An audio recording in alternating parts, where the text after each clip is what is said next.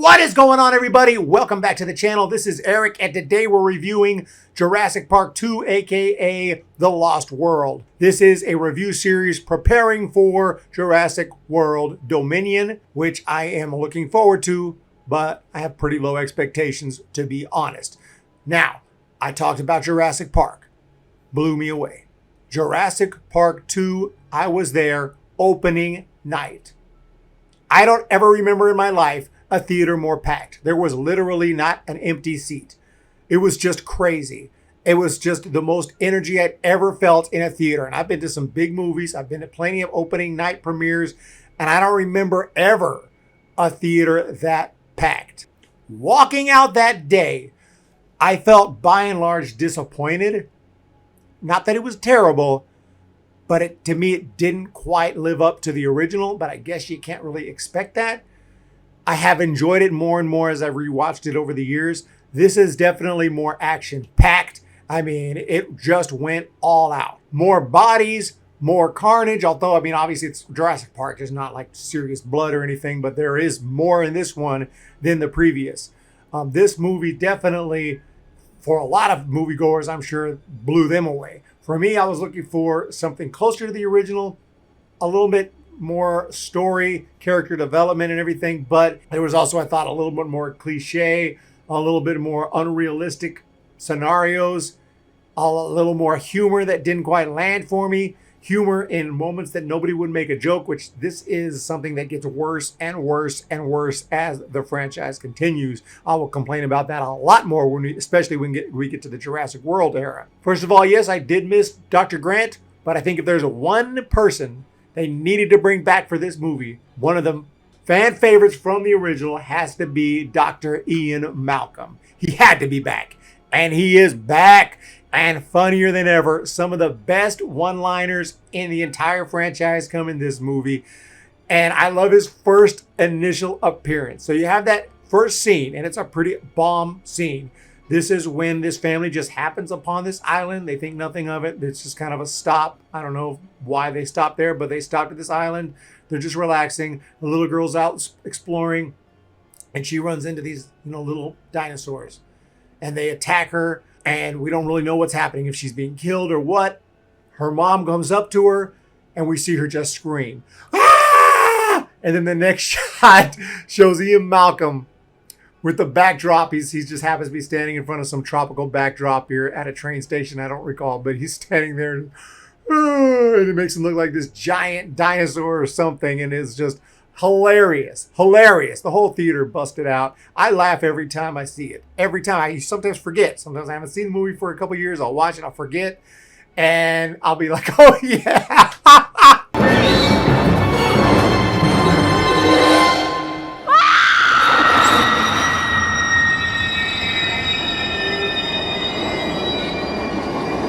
But there were so many great one-liners in this one. I'll just give one example. This may be my favorite. But the one example is when his girlfriend, of course, she wants to stay there with the dinosaurs because she's doing her, her studying and everything. And he's like, no, we need to get back. She's like, you know what? You should go. You should go. Go back home. I'll be fine.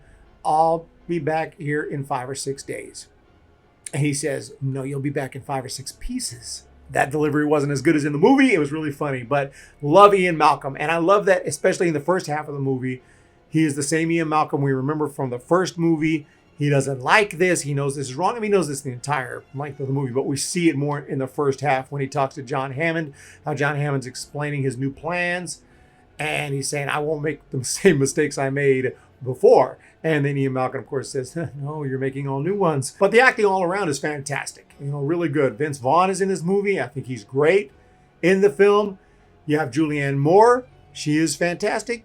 Even though annoying, but that's her character at times. At times we want to be like, are you stupid? Are you dumb?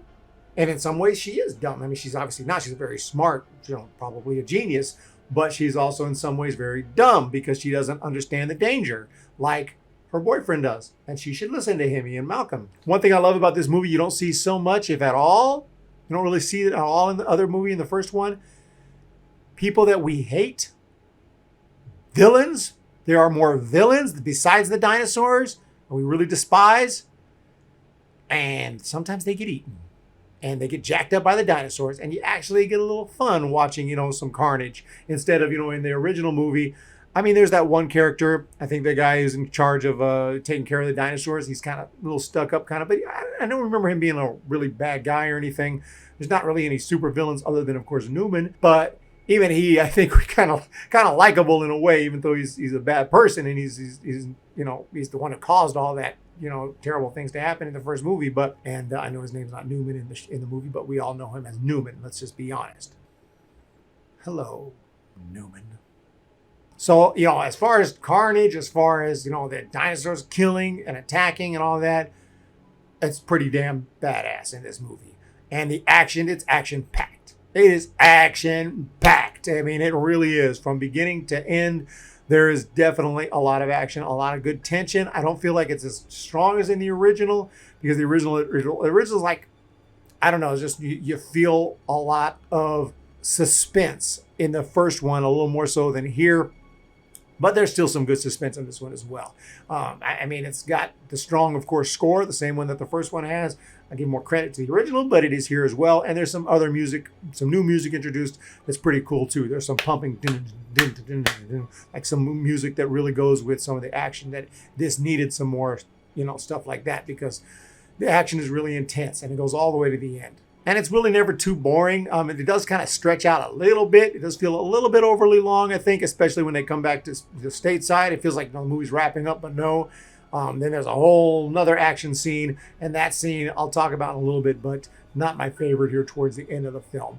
And there's a point here. The movie gets going. It's great. I love the first few minutes of this movie as it gets going, but once they get on the island, I like that. It's a legitimate excuse for Ian Malcolm to go to the island. But for a little bit of backstory, what the hell I'm talking about, in case you forgot, checking out this review, maybe you don't remember exactly what happens, but you have this island, Eosorna, where the dinosaurs are just free. They're just out there. They're just hanging out. And there was, at one time, there was some Jurassic Park like facilities, because they were starting to raise the dinosaurs there, and then they would eventually transfer them to the other island from the first movie. So there were some facilities, but a hurricane hit. All the humans had to leave, and it left the dinosaurs to fend for themselves, and they were able to survive and thrive, and they're now on the island.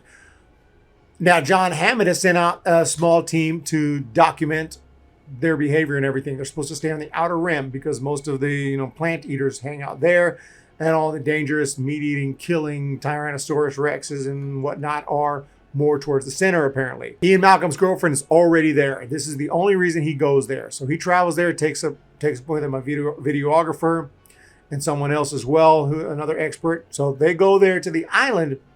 Unbeknownst to Ian Malcolm, his daughter hides in one of the kitchens or something. Somehow she hides in the boat somewhere in the transportation, and she gets there as well. Now this causes, all kinds of situations. So that's the one way they were able to get him and the little girl to the island, to make it make some kind of sense. Now, the way she was able to sneak in, even that was a little bit clever. I didn't mind that excuse. Is it likely that to happen? Not at all, but okay. And it's really cool once they're there and they're kind of exploring and they're looking at the dinosaurs and more funny jokes from Ian Malcolm. Oh, yes. It's ooh, it's an Oz at first, yes, but later it's screaming and running. But once this extra crew of all these guys show up in their Jeeps, and these are just a bunch of evil-looking people, led by, I believe, the nephew of John Hammond, and he's trying to save this company. So they're there to try to get some dinosaurs, take them back to the mainland, and open a new attraction there in San Diego. Stupid, right? Absolutely stupid. Would never work. But this is their plan, and that's why they all show up. And they're really abusive to the animals, to the dinosaurs, and it's really hard to watch. Especially if you're an animal lover, watching it, it's sad, what they're doing, And it could be kind of hard to watch at times. It doesn't last too long, but it's a little much. But the story does get a little bit convoluted. It's a little hard to follow at times, everything that's going on. You might have to rewind here and there. I mean, I had to watch it 3, 4, 5 times before I finally kind of grasped everything that was going on. I'm not saying it's too complicated, but it just happens rather fast. I mean, it's all going on, and it's pretty crazy stuff. And that's when, they're setting up their little meeting, and it is Vince Vaughn's character goes down there, lets out the dinosaurs. It's pretty awesome. The dinosaurs go crazy and attack. It's all wild. And I will say, the special effects in this one are a little bit even more impressive at times because so much craziness is going on over and over and over. And I don't know how they pulled it all off, but it looks all legit. It really looks good. Eventually, they go on this long trek trying to get to the headquarters of some of the facilities that used to be there so that they can send out a distress signal, get some helicopters up in there, get the hell out of there. And a lot of fun stuff happens along the way. One jerk, part of obviously that other crew that showed up, zaps a little dinosaur, but later on he gets some revenge on him when he's running away from all the little dinosaurs chasing him. That's a pretty awesome scene. And I forget to mention earlier in the movie where there's a scene where they fall off the cliff and they're dangling and the other guy's trying to save them, driving the Jeep. It's with the mud and everything, and the dinosaurs, like the shots are what's supposed to. I'm watching like, holy shit, how did they even do that? I'm like super impressed to this day watching it. Like, it is really impressive, but it's also pretty kick-ass.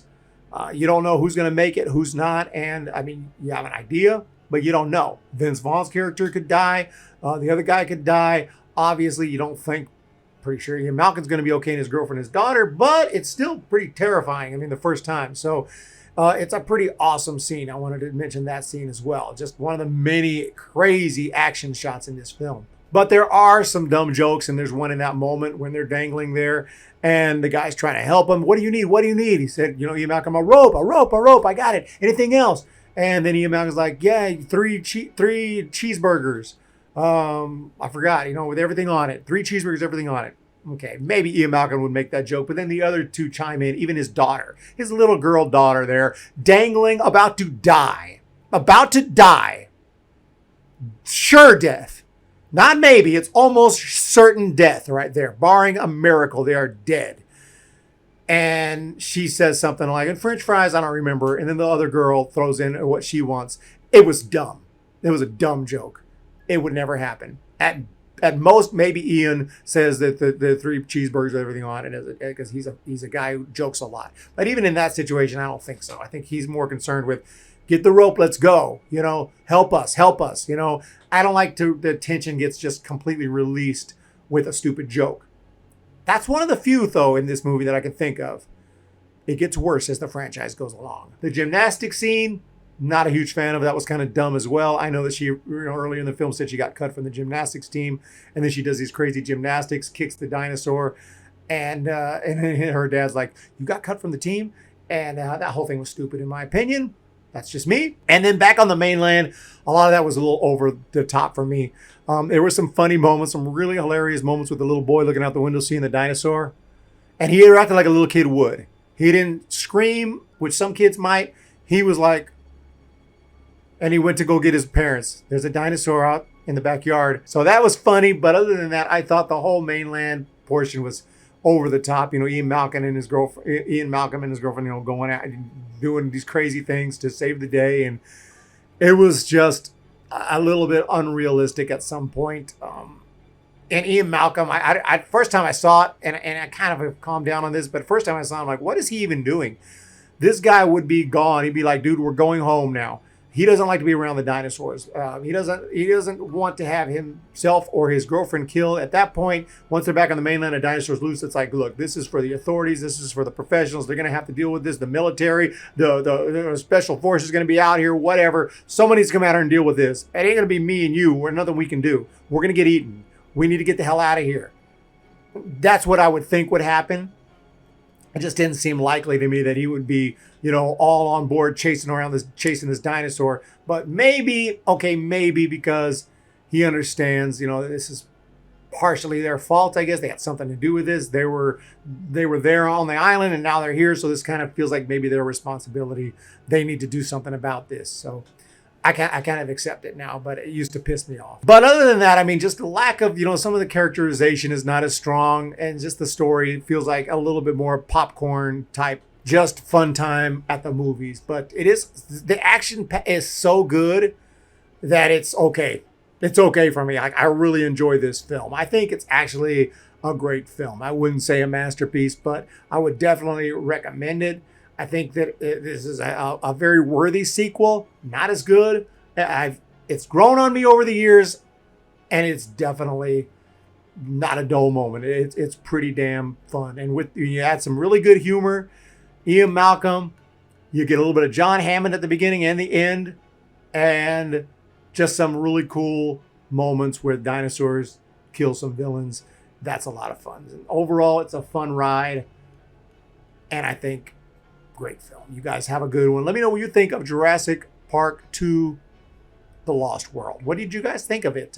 Soon we'll have Jurassic Park 3, and then, oh God, the new ones. Oh my God. You guys have a great day. Let me know what you think. We'll talk to you next time. Peace.